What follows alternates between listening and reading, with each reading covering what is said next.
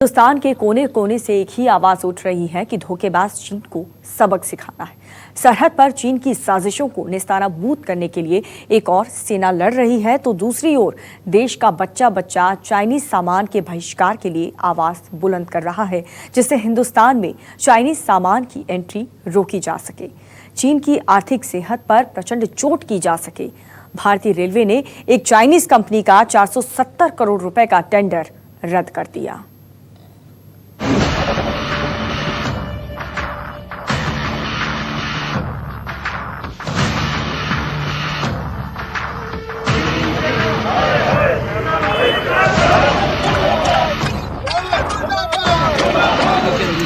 नरेंद्र मोदी जी को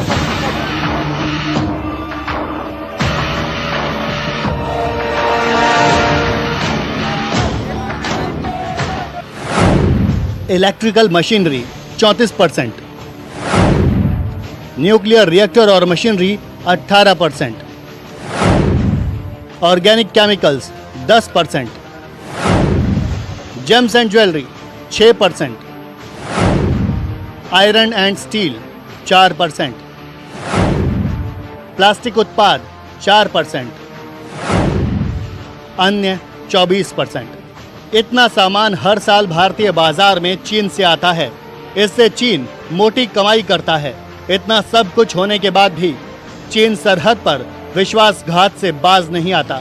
चीन अपने सामान के जरिए हिंदुस्तान के बाजार से लेकर ड्राइंग रूम तक घुसपैठ कर चुका है, लेकिन लद्दाख की गलवान घाटी में धोखे के बाद अब चीन को सबक सिखाने की मांग हिंदुस्तान के कोने कोने से उठ रही है।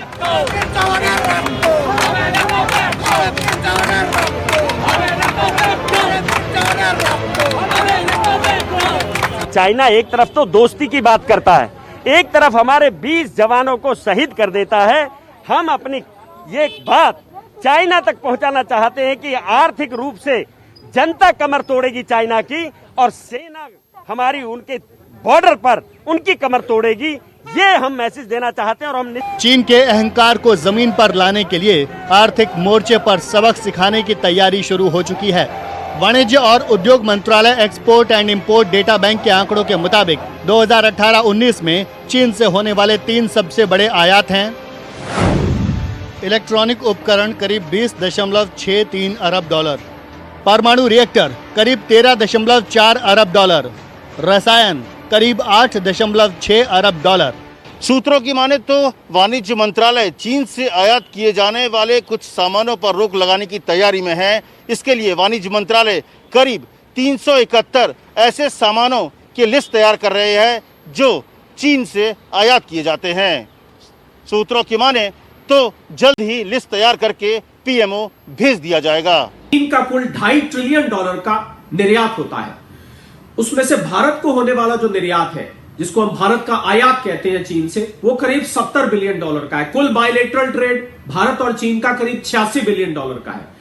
तो अगर हम परसेंटेज के हिसाब से देखें तो चीन के कुल निर्यात में भारत को आने वाला कुल 2 और 3% के बीच में है। उससे ज्यादा फर्क चीन को नहीं पड़ता है। परंतु चीन जानता है कि एक बहुत बड़ी मार्केट है और इमर्जिंग इकोनॉमी है। भारत में डिमांड बहुत ज्यादा है और ये जो अभी ट्रेड है ये कई गुना ज्यादा बढ़ सकता है अगर अपनी जगह चलता रहे।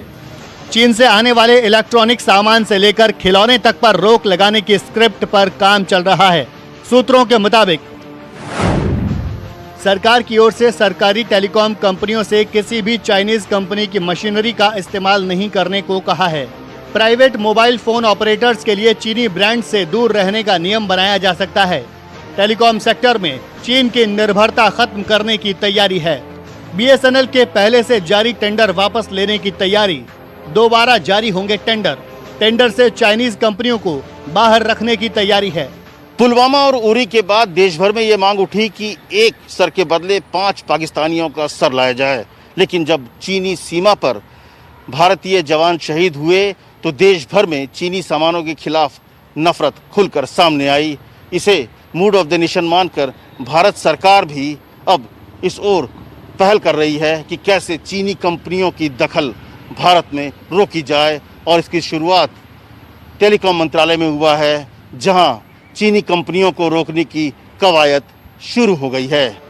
अगर BSNL और MTNL ने अपने टेंडर में बदलाव किया तो इसका असर भारत में कारोबार कर रही चाइनीज कंपनियों पर पड़ना तय है। आंकड़ों के मुताबिक भारतीय टेलीकॉम मशीनरी का सालाना बाजार करीब 12,000 करोड़ रुपए का है। इसमें से करीब 1/4 यानी 3,000 करोड़ के कारोबार पर चीन का कब्जा है। आंकड़ों और रिसर्च के मुताबिक चीन के शेनज़ेन शहर की ZTE कंपनी की बात की जाए तो वो BSNL के 6 सर्विस एरिया में मिलकर काम करती है। एयरटेल के साथ 2 सर्विस एरिया और वोडाफोन आइडिया के साथ 5 सेवा एरिया में ये कंपनी काम करती है। BSNL अपने 50,000 2G और 3G साइट्स को 4G में बदलने के लिए ZTE के साथ काम कर रही थी। उधर भारतीय रेलवे ने भी चाइनीज कंपनी को जोर का झटका दे दिया। रेलवे ने चाइनीज कंपनी को दिया गया 470 करोड़ का ठेका रद्द किया। वजह बताई गई है कि 4 साल में केवल 20% काम हुआ है। तो ये जो बहिष्कार हुआ है आज, MTNL BSNL को सरकार ने निर्देश दिए हैं, एक रेलवे का कॉन्ट्रैक्ट कैंसिल हुआ है। मुझे लग रहा है इससे चीन को यह संदेश मिला है कि अगर वो भारत को बहुत बड़ी मार्केट मानता है तो वो ये समझ ले कि यह मार्केट तभी है अगर देश के आपस में परस्पर रिश्ते ठीक रहेंगे। अगर चीन ऐसी हरकत करेगा तो कतई वो भारत को एक मार्केट ना समझे, उसका तुरंत बहिष्कार कर दिया जाएगा और चीन से कोई भी व्यापारिक संबंध नहीं रखे जाएंगे। चाइनीज कंपनियों को मिले ठेके रद्द करने की बात जोर शोर से उठ रही है, जिससे धोखेबाज चीन को जोर का झटका दिया जा सके। उससे हमने सबक लिया है और चीन का विरोध लगातार चलता रहेगा और उनकी निर्मित वस्तुओं का भी बहिष्कार लगातार करेगा, जिससे मेड इन चाइना की हिंदुस्तान में घुसपैठ रोकी जा सके। भारत के इस रुख से चाइना का पहला डर सामने आ चुका है। चीन के सरकारी अखबार ग्लोबल टाइम्स ने लिखा है कि भारत में काम कर रही चीनी कंपनियां इस बात से डर रही हैं कि सीमा विवाद से भारत में चीन के खिलाफ बयानबाजी बढ़ेगी, जो भारत के बाजार में चीनी उत्पादों के लिए नुकसानदेह साबित होगा। भारत में प्रबल होती राष्ट्रवादी भावनाओं के बीच चीनी कंपनियों का रिस्क बढ़ेगा और भारत में जितने भी बिजनेस हैं उन पर प्रतिकूल असर पड़ेगा, जिसकी वजह से भारत में चीनी व्यापार 20% गिर सकता है। मतलब चीन को समझ में आने लगा है कि भारत से उलझना महंगा पड़ेगा। अगर उसके सामान भारतीय बाजार में सप्लाई नहीं होंगे तो चीन की कमाई कम होगी। ऐसे में बीजिंग में बैठे चीन के हुक्मरान नए सिरे से दिमाग दौड़ा रहे हैं। दिल्ली से अमित कुमार के साथ मनीष कुमार, न्यूज़ 24।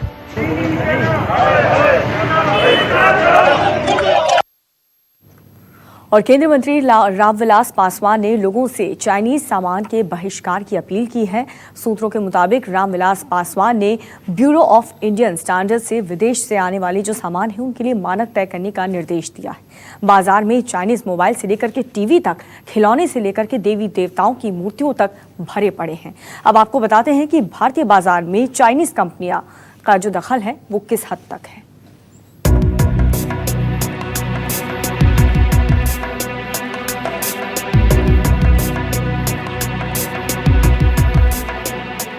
हिंदुस्तान में ज्यादातर हाथों में दिखने वाले mobile phone made in China या चाइनीज कंपनियों के हैं। भारतीय बाजार सस्ते चाइनीज सामान से भरा पड़ा है।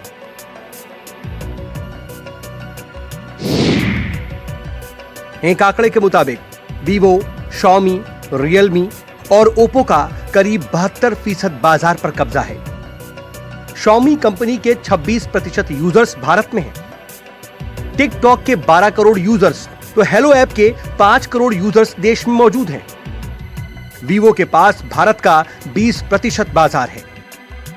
यूसी ब्राउजर के 1.1 अरब यूजर्स में 50 करोड़ लोग भारत से ही हैं। पबजी के दुनिया में 55.5 करोड़ यूजर्स हैं, तो उनमें से भारत में 12 करोड़ से ज्यादा हैं। ये आंकड़े भारतीय बाजार में चाइनीज सामान और ऐप की बड़ी घुसपैठ की गवाही दे रहे हैं। जिस तरह के व्यापार हैं चाइना के साथ, उसे हमें जारी रखना पड़ेगा। लेकिन हाँ, इस बात की संभावना काफ़ी प्रबल है कि क्रमशः धीरे धीरे करके हम अपने को आत्मनिर्भर बनाएं और ऐसे प्रोडक्ट्स जिसमें की संभावनाएं प्रबल हैं कि हम भारतवर्ष में खुद उसका मैन्युफैक्चरिंग कर सकते हैं, प्रोडक्शन कर सकते हैं, या बगैर इंपोर्ट किए हुए भी यहाँ हम अपने प्रोडक्ट्स के साथ रिप्लेस करके काम कर सकते हैं। उस पे हमें ज़रूर ध्यान देना चाहिए। वो प्रोडक्ट अगर आप देखें तो जैसे सॉफ्टवेयर के बहुत से प्रोडक्ट्स हैं जो हम भारतवर्ष में खुद बना सकते हैं।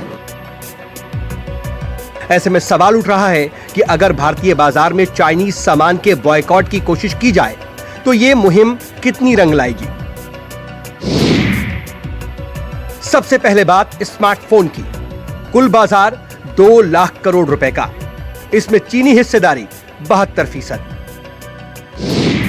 दूसरा टेलीकॉम पार्ट्स, कुल बाजार 12,000 करोड़ रुपए का, इसमें चीनी हिस्सेदारी 25%।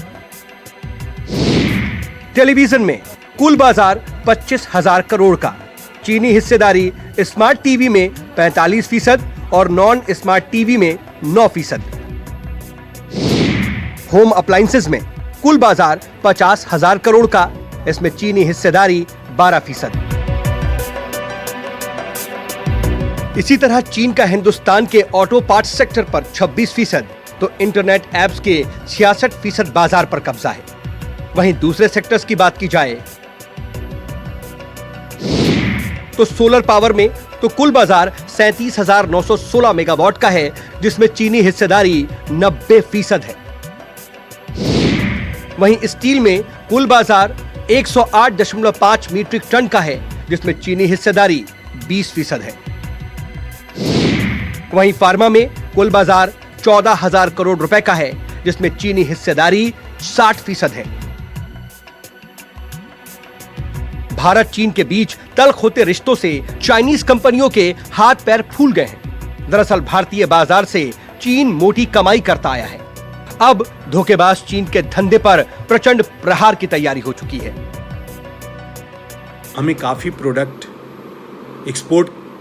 इंपोर्ट करने पड़ते हैं, और जबकि हमारा एक्सपोर्ट चाइना को उस अनुपात में उतना नहीं है।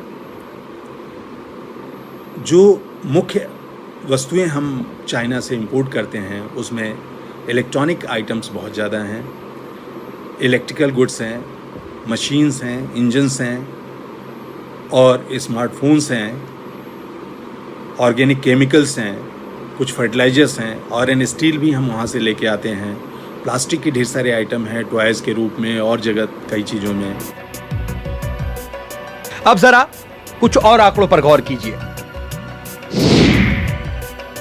साल 2000 में दोनों देशों के बीच 3 अरब डॉलर का कारोबार था, जो कि 2008 में बढ़कर 51.8 अरब डॉलर का हो गया और इसी के साथ चीन भारत का सबसे बड़ा कारोबारी साझेदार बन गया।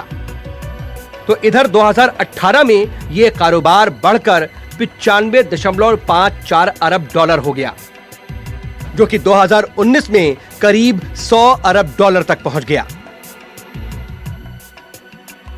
मतलब भारतीय बाजार के दम पर चीन की आर्थिक सेहत 2 दशकों में लगातार मजबूत हुई है। जहां तक चाइना का सवाल है, उनकी 14 ट्रिलियन डॉलर की इकोनॉमी है और इसके लिए हमारा 60-70 बिलियन का जो ट्रेड है उनके साथ, तो हम ट्रेड नहीं करेंगे तो शायद इतना फर्क नहीं, बट फिर भी एक पोटेंशियल हमारा जो है वो 60 बिलियन से कई गुना ज्यादा है। तो वो मैं मानता हूं कि हमारे लिए ये चीज अच्छी रहेगी कि आज से अगर उस तरफ कदम बढ़ाते हैं तो आने वाले दिनों में हम देखेंगे कि जो 60 बिलियन जो है, और आप पिछले कई सालों से अगर देखते हैं तो धीरे धीरे वो ऊपर जाते जा रहा है। ऑफ कोर्स डेफिसिट पिछले 1-2 साल में थोड़ी कम हुई है इन आवर फेवर। प्रधानमंत्री नरेंद्र मोदी अब इस तस्वीर को बदलने की तैयारी कर चुके हैं, इसीलिए उन्होंने लोकल से वोकल का मंत्र दिया है। हर भारतवासी को अपने लोकल के लिए वोकल बनना है। लोकल के लिए वोकल बनना है, न सिर्फ लोकल प्रोडक्ट्स खरीदने हैं बल्कि उनका गर्व से प्रचार भी करना है।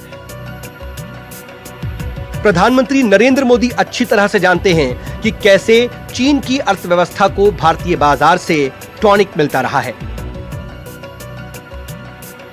गलवान में विश्वासघात के बाद अब कश्मीर से कन्याकुमारी तक और कच्छ से कामरूप तक हिंदुस्तान के लोग धोखेबाज चीन के धंधे पर प्रचंड प्रहार की तैयारी कर चुके हैं। दिल्ली से अमित कुमार के साथ मनीष कुमार, न्यूज़ 24।